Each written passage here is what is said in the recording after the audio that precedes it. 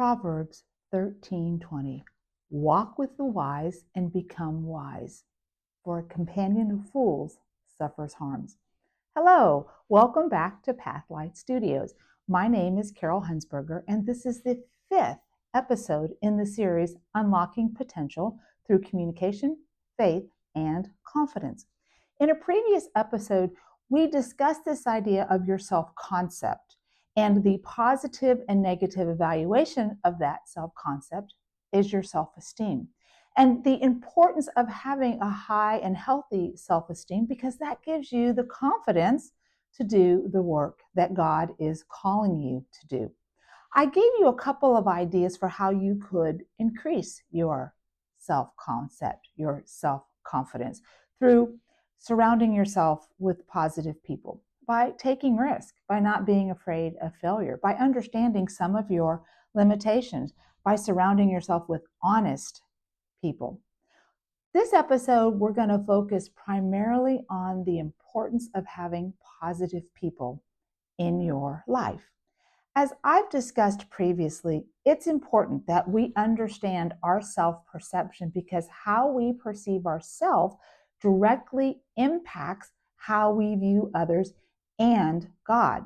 If we like ourselves, we tend to think of our God as a good God. If we don't like ourselves, we don't tend to have that same relationship. So I want to talk about this idea of improving our self-concept. Our self-concept is pretty fragile. If we have a number of negative comments or actions, we can go to a negative place. We can think less about ourselves. I've taught for about 30 years in the college classroom, probably close to 10,000 students, hundreds of positive evaluations, but I can probably rattle off without a moment's hesitation some of the negative ones. She'd be better suited to teach kindergarten. She is not college material. She has her favorites, or she is self-righteous and believes she is above everyone else. Ouch! Why is it that we latch on to the negative and not the positive? Psychologists call this a negativity bias, and it's probably a leftover from our primitive ancestors who didn't have much positivity when they were running away from predators that wanted to eat them. Well, we're not really running away from predators and having to fight for survival, but we still react when a boss makes a negative comment because we're concerned about our livelihood. Or if that friend says something bad or is less supportive, we question our friendship. Or a spouse or a significant other who says something negative that makes us feel that our relationship is in jeopardy. One of the things we need to remember is that sometimes the negative comments said by someone actually says more about them than it does you. I have found that misery loves company. So we want to be surrounded by the good folks. My friend Tammy calls these our balcony people. People who stand on that balcony waving and cheering us onward, and they want us to become successful and live dream-filled lives. I'd like to introduce you to a few of my balcony people. The first one would have to be my mom. My mom always had my back. She had a way of when I came to her and I felt that I had made a poor decision or I had made a mistake, she always reframed it and found the good in that decision. I remember one time when I was home for Christmas break in between my senior year at Florida State University, and I got a call from the head of marketing at United States Swimming, inviting me to do my internship, which was required for my communication degree, that starting that January at the United States Olympic Training Center in Colorado Springs. I declined politely because I had all these obligations. I owed it to my roommate to continue paying rent. I had already signed up for 12 hours of college credit, and I had a job. When my mom came home, I told her about this phone call, and she just kind of smiled, and she looked at me and she said, I want you to get back on the phone, call this marketing director, and ask him what flight He wants you on. You cannot miss this opportunity. My mom saw my potential. Whether we had our Saturday morning coffee chats or our seaside conversation, my mom had my best interest at heart. I love this picture of my mom and I sitting next to the ocean. We're deep in conversation. She has her head cocked to the right, and I am talking on the left. And we know that she is listening to every word that I have to say. My second balcony person is my husband, Eric. He exemplifies what we are called to do in the Gospels. He lives the gospel. He is selfless. He is kind. He is generous. He never utters a negative word about anyone. He is a true servant, and he has brought me closer to Christ than any person that I know. He is my balcony person. I have dear lifelong friends who've been with me every step of the way while raising my children, Debbie and Annette. Friends like Donna and Jessica and Maria. And then I have my soul sisters, Beth and Tammy, who are with me on this journey. I have a good friend, Sue, who's with me here in Fort Pierce. And then, of course, I have my friend Darlene, who brought me into the wonderful world of jazzercise. These women have taught me the value of sisterhood. Now, of course, I have my tribe, my dream evaders who have stood by my side in some of the most difficult times that I have experienced. And of course, where would I be without my children, my now 6 children? Philip and Marissa, Emily and Brandon, and Andrew and Kayla. They are amazing individuals. They have my back as well, and they are encouraging me every step of the way with ideas for these videos and definitely a lot of technological assistance. Hebrews 10:24-5 states, and let us continue how we may spur one another on towards love and good deeds, not giving up meeting together as some are in the habit of doing, but encouraging one another. So, why is it important to surround ourselves with good people? Well, they boost our energy and our motivation. They're always encouraging our dreams. They improve our mental health by reducing our stress and optimism. When they are optimistic about our future, it is contagious. They encourage growth, they celebrate our successes, and they push us to our potential. They make wonderful accountability partners because when we get stuck in the middle of the road, or they can see sometimes those pitfalls and those rocks and boulders that are in our paths before we do, and they help us navigate around them. They increase our self-esteem. This is kind of what I've been alluding to with us getting a healthier self-concept because they build our self-confidence. They strengthen our relationships, which is the foundation for happiness. One of the longest studies on happiness has been conducted by Harvard. And what they found is that people who are the happiest are in healthy, fulfilled relationships. They know that the people that they're in relationship with have their best interest at heart, and they live longer and happier lives. And lastly, balcony people help us achieve our goals. They believe in our dreams and that we are capable and worthy of them.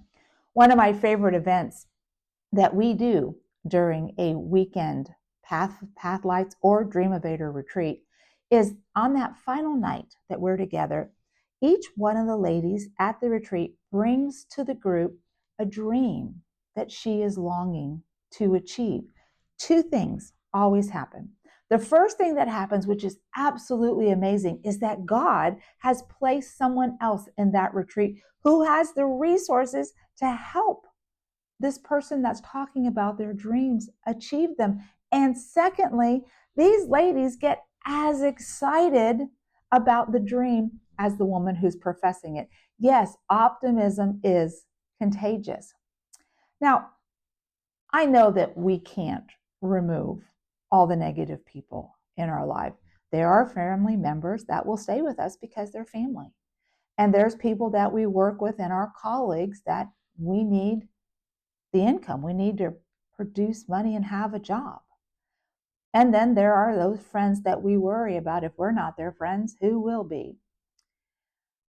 But I can offer you some strategies that will help mitigate some of that negativity. 1 Corinthians 15:33 warns us, do not be misled. Bad company corrupts good character. It is not selfish to protect your well-being. It is necessary. So what are some strategies that you can employ that will help you negate some of this negativity? Well, first of all, identify the negativity that this person is bringing to the table. Is it gossip? Is it foul language? Is it lack of support? Is it criticism? What are they doing? What patterns are they employing that make you upset, that make you not feel good about yourself?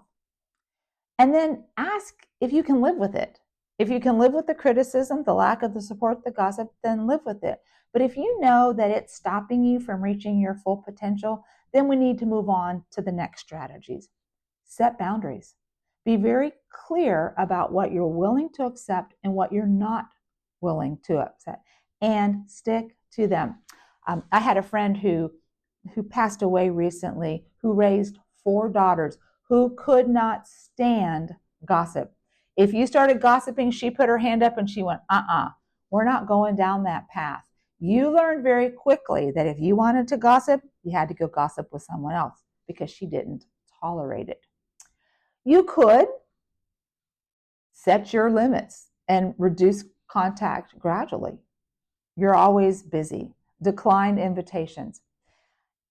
And if that's not enough, and you are engaged with someone and they tend toward the negative, when they begin to criticize, when they begin to gossip, when they begin to erode your dreams and tell you that that can never happen, just be quiet. Silence is powerful. Remember, you cannot not communicate. And if you don't engage with this person when they're trying to draw you in, they will go find someone else if you're not meeting their negativity needs. Focus on mutual respect. And this is difficult, but have that honest conversation with someone. Let them know that their negativity is dragging you down. Now, we want to use what I call I statements. I feel this way when I hear gossip because it makes me wonder, what are people saying about me? I feel this way when I'm criticized. It hurts my feeling. I feel this way when I am not shown support for something that's really important to me. When you use I statements, you're not attacking the person. You are discussing the problem. You are removing them from it. And I have found that to be very, very beneficial. Shift your attention. Start hanging around more with the positive people than the negative people. They'll get the hint. Next thing, surround yourself with positive groups. For me, it's jazzercise. I love going to jazzercise Monday, Wednesday, and Fridays because the ladies there are phenomenal. They're fun, they're vivacious, they're energetic. Yes, we dance around in there. We might move a little slower than we used to, but we have each other's backs and we just enjoy each other's company. Okay, so if dancing around the room isn't your thing, well, what about your Bible study? What about a book club? What about joining a Lions Club, a Kiwanis, an Optimist Club?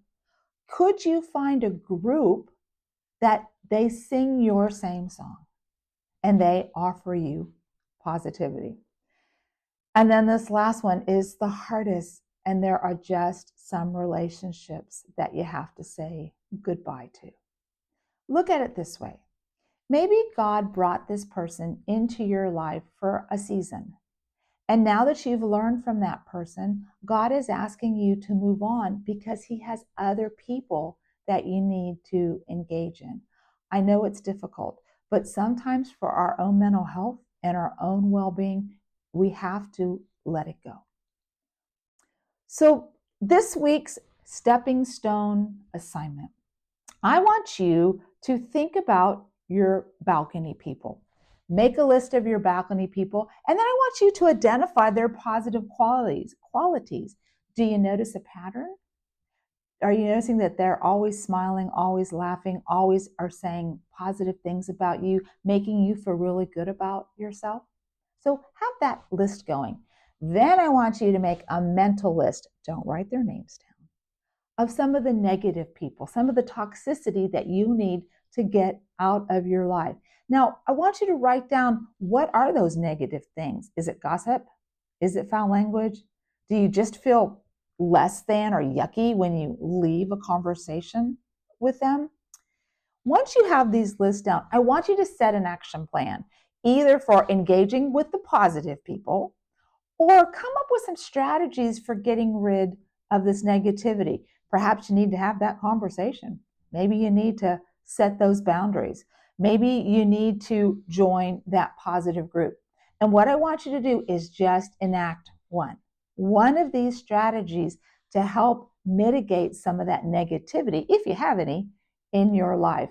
Because ultimately, I want you to write down how you can be a balcony person for another, to encourage their dreams, to provide that support, to let them know some of those positive traits and characteristics that they have, which will build up their self-esteem.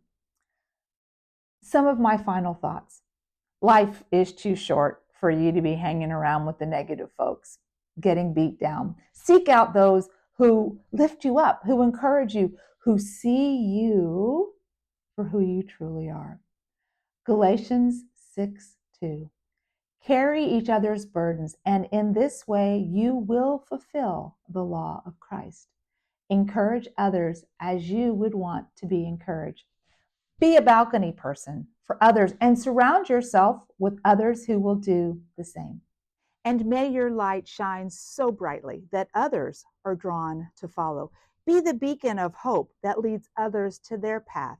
And as always, may God continue to bless you as you step into His purpose for your life. Thanks for watching. Take care. God bless.